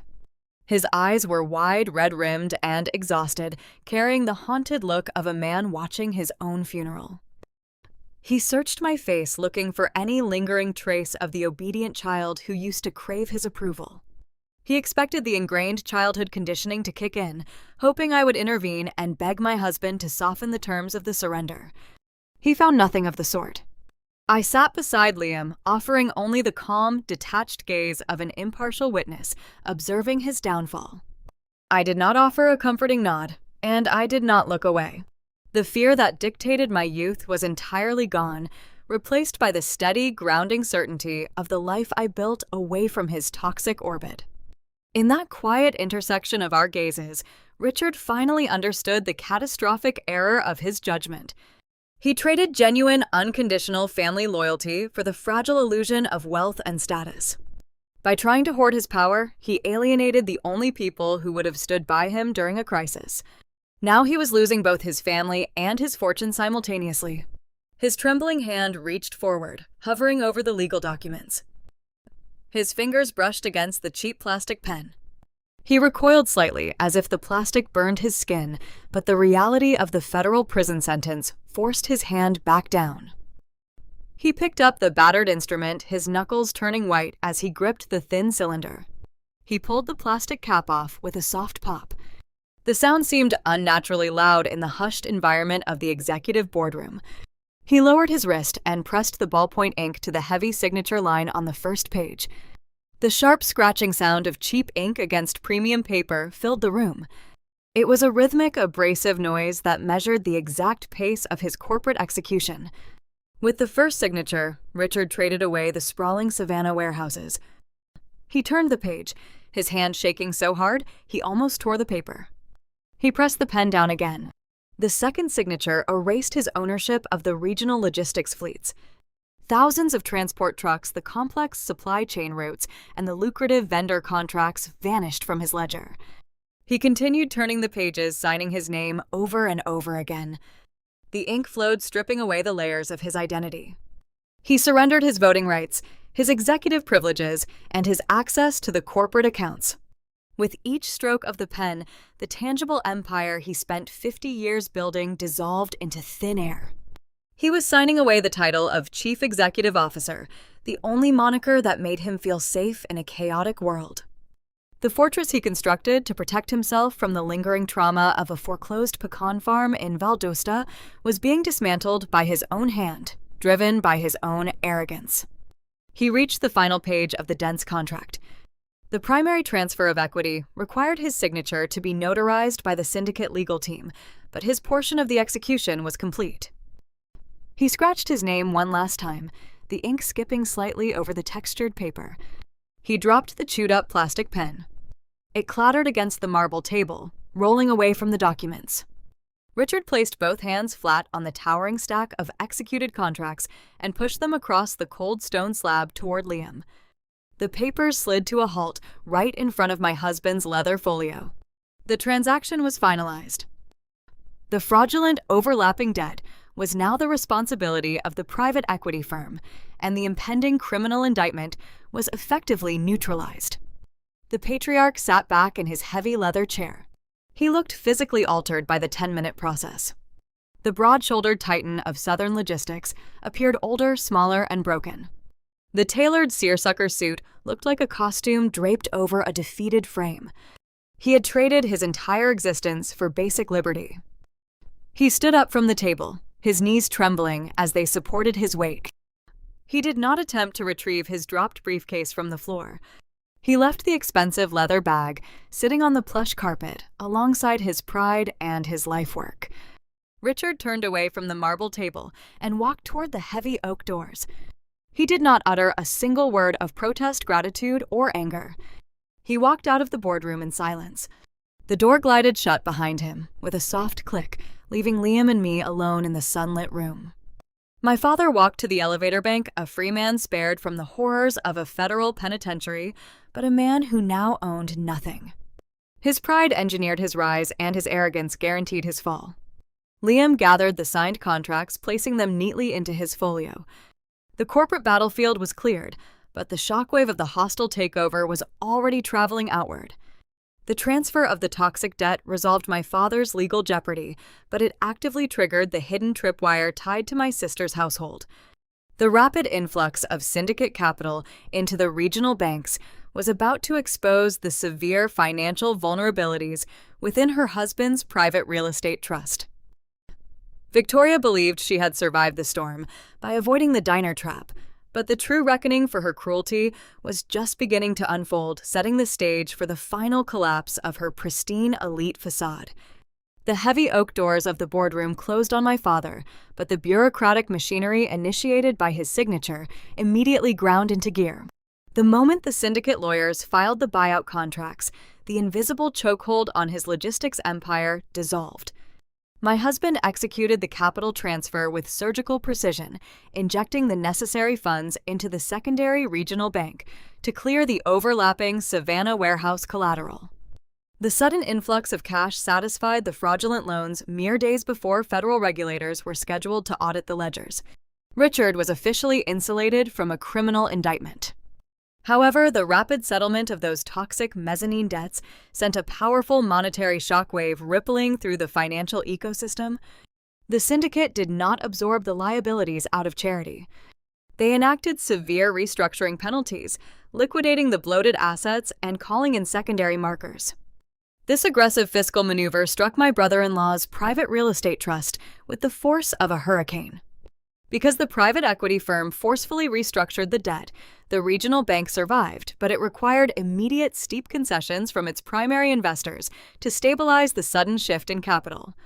My brother-in-law's trust narrowly avoided a total collapse, but the financial hemorrhage was profound. The mandatory fiscal disclosures forced his accountants to trace the source of the near-fatal vulnerability. It did not take long for them to uncover the undeniable connection to my father's failing empire. And more devastatingly, the panicked, frantic digital footprint my sister left behind in her desperate attempt to cover it up. The pristine illusion Victoria carefully maintained in her Buckhead estate shattered the moment her husband reviewed those audit logs. He realized his wife knew about the radioactive overlap and chose to protect her family name over his investment portfolio. He discovered she tried to secretly drain my retirement fund to plug a hole she had no business touching. The ensuing confrontation inside their sprawling mansion did not feature physical threats or loud cinematic screaming. It featured the cold, terrifying reality of a wealthy man slamming the vault door shut on a spouse he could no longer trust. To salvage his decimated portfolio and appease his furious investors, he instituted a draconian fiscal lockdown on his own household.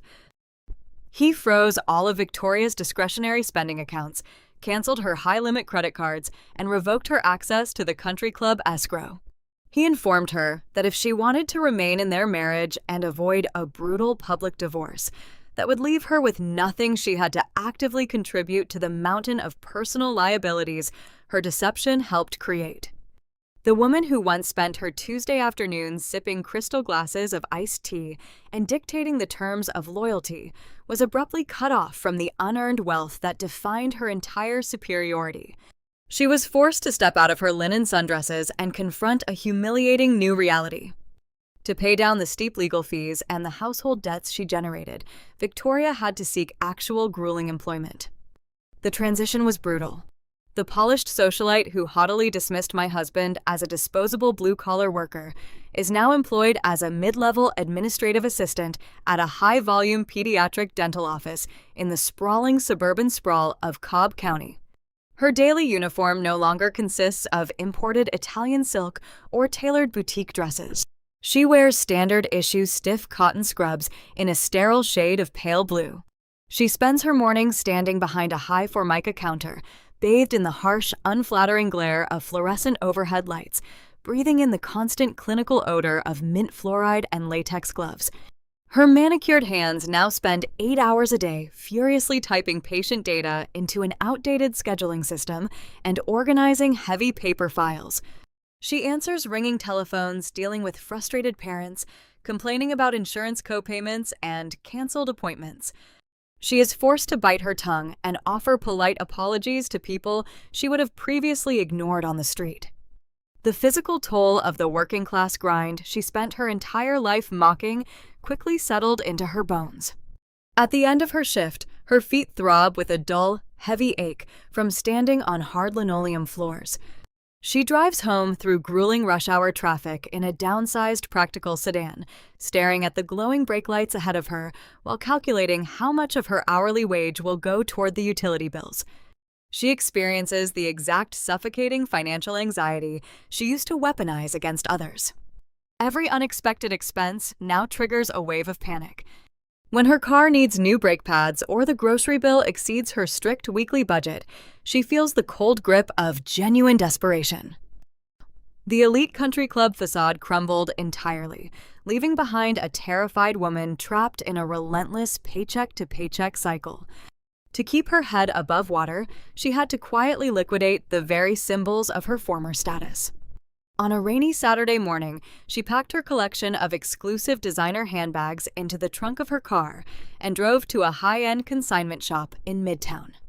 She stood at the counter, feeling her stomach churn, as the shop owner scrutinized the intricate stitching and authentic serial numbers, treating her prized possessions merely as used merchandise.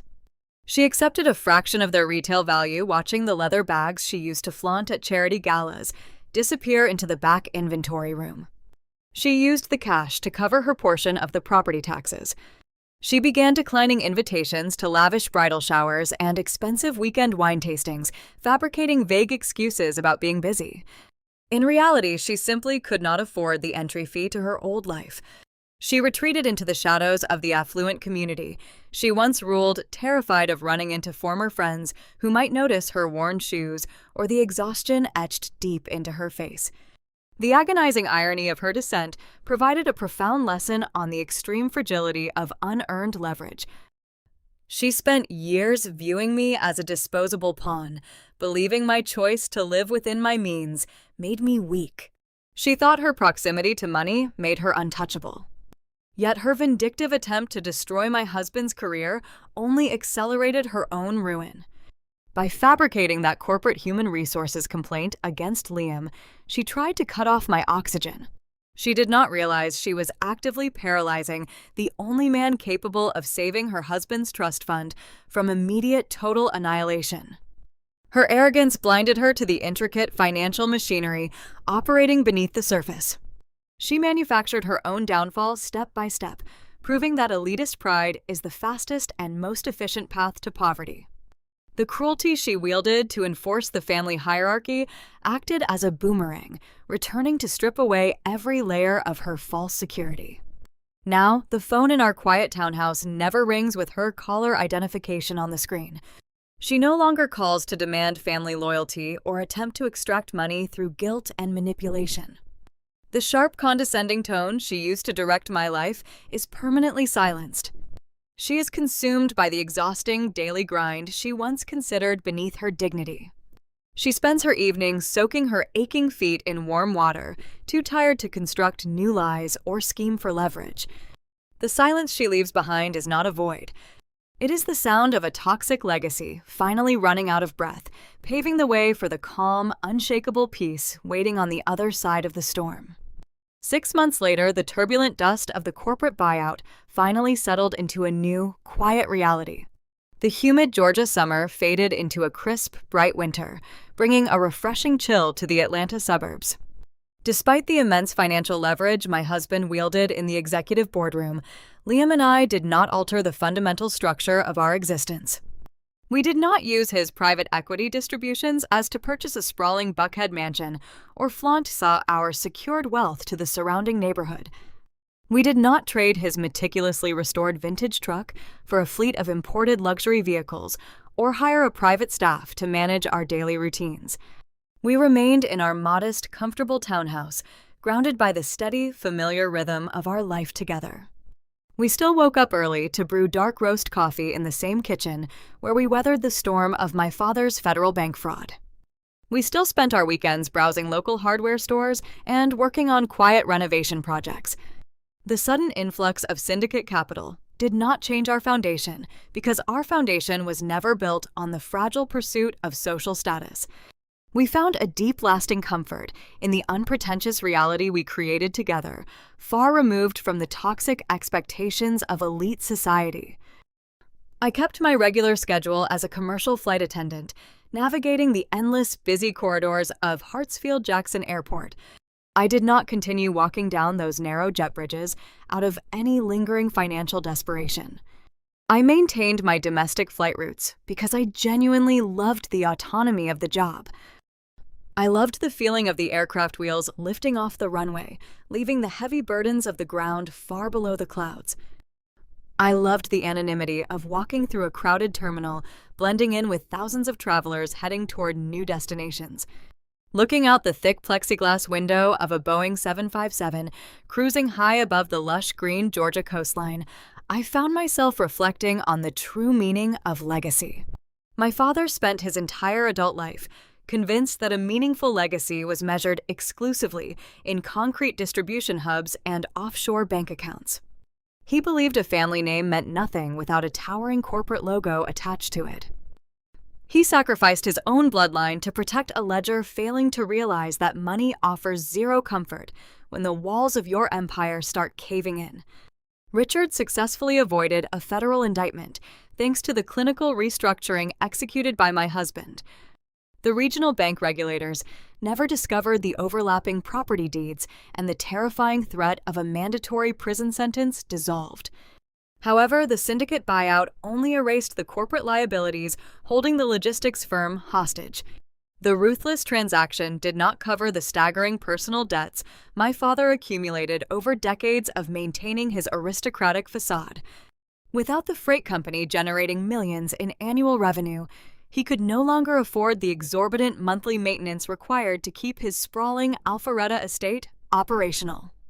The crushing property taxes, the private landscaping crews, and the exclusive country club membership dues quickly consumed his remaining liquid cash. He was forced to list the grand mansion on the open real estate market. He had to stand by silently while strangers walked through his mahogany study, judging the imported Italian marble floors and negotiating the price of his sanctuary. He was forced to liquidate the physical symbols of his superiority just to satisfy his personal creditors and secure a small downsized condominium near the humid coast. The sheer poetry of his new reality provided the ultimate satisfying resolution to our story. To pay the monthly mortgage on his modest condo and afford his basic living expenses, Richard had to seek actual, grueling employment. He lacked a modern college degree, and his advanced age made him an incredibly unappealing candidate for any standard corporate executive roles in a highly competitive market. In a brilliant stroke of unyielding cosmic justice, he is now employed by the very private equity syndicate that bought him out. The firm required experienced personnel to handle the physical transition of their newly acquired assets, and they offered him an entry-level supervisory role. Richard works as a mid-level shift manager on the concrete floor of the identical Savannah freight warehouses he used to own. He spends his long, exhausting days wearing a standard-issue neon yellow, high-visibility vest over a cheap cotton shirt.